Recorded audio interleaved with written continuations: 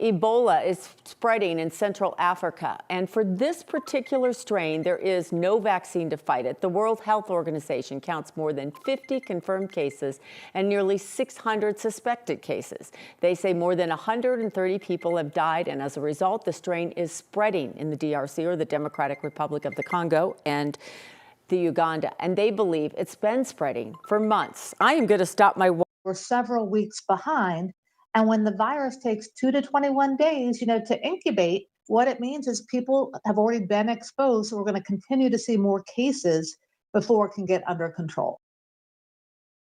Okay, my annoying watch has stopped. The WHO has declared a public health emergency. We want to learn more about this. It's so scary. It is very scary. Our 9 News health expert, Dr. Kohli, joining us now. Dr. Kohli, so experts are concerned that this outbreak is not contained. Is that true? That is very true, Sam and Kim. And we're worried not just that it's not contained, but that it's been growing for some time and we didn't realize it. And so if you think about the incubation period of the virus, it's about 3 weeks. So we think for several weeks before they actually found the cases, the outbreak had been growing. And if you look at the test positivity, which tells us how many people we're screening and what percentage of them are coming back positive, you want that low around less than 10%. Some recent reports have been as high as 60%, which means it's actually probably growing faster than we even realize. And there's a lot of people out there who are even undiagnosed. Oh, boy. And the way we think this grows or grew, what happened in the earlier outbreaks in West Africa was during burial. Because some of the traditions in Africa, when you bury the corpse, is that you wash the body, and then other people can bathe in the same water, or you sleep next to the body for a few days, the corpse, before you actually bury it, and that of course can spread it. So you can even spread it after you die, because your body is still infectious even after you pass away. Oh, so if a person dies, that's, yeah. So that explains some of it, how it's spread, but I'm going to ask you this. Are they prepared for this? I don't think they realize how fast it's growing. And the fact that it doesn't have a vaccine and doesn't have a treatment makes us more nervous. What really makes us nervous is that the infrastructure in the Democratic Republic of Congo, which is hit by conflict, doesn't have the medical infrastructure to support this kind of spread.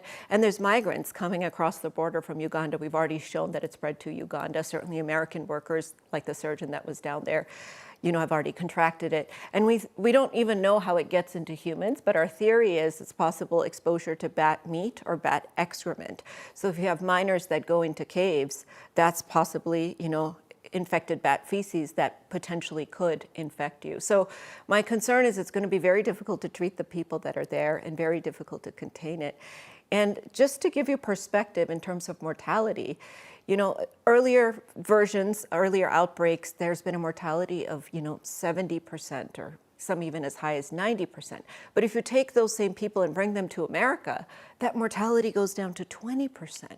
Wow. So a lot of that is about healthcare and infrastructure. And this particular strain has a mortality of about 30 to 50%. This particular strain has a mortality about 30 to 50%, and that would be there. Okay. And so if we can do better there, potentially we can reduce the mortality, but really there's no treatment. So how do you treat and get these people through this? They have profuse nausea, vomiting, diarrhea, bloody vomiting. They can have multi-organ failure. They can have shock. They can have electrolyte abnormalities. Is it very painful? Can they treat the pain at least? It can be painful, but so many times because you're so sick that you're even comatose. So you need an intensive care unit. You need medications to support blood pressure. You need ventilators. You need to get them through if they become infected, because the immune system collapses those infections. So it's really a supportive sort of care, which again, the system is not set up for. So we do know of the one American, a doctor, who has tested positive, and you just explained how sometimes this is spread. How did he get sick? It's so unfortunate. So his wife's also a doctor, and she actually treated the same patient, but he was treating a patient who they thought had a gallbladder infection. Oh. And he opened up the patient, and the gallbladder looked normal. So he closed the patient. The next day, the patient passed away, and it turns out that was one of the earlier part of the outbreak when they weren't sure that it was spreading so quickly. He's in the epicenter of the outbreak, and it was Ebola.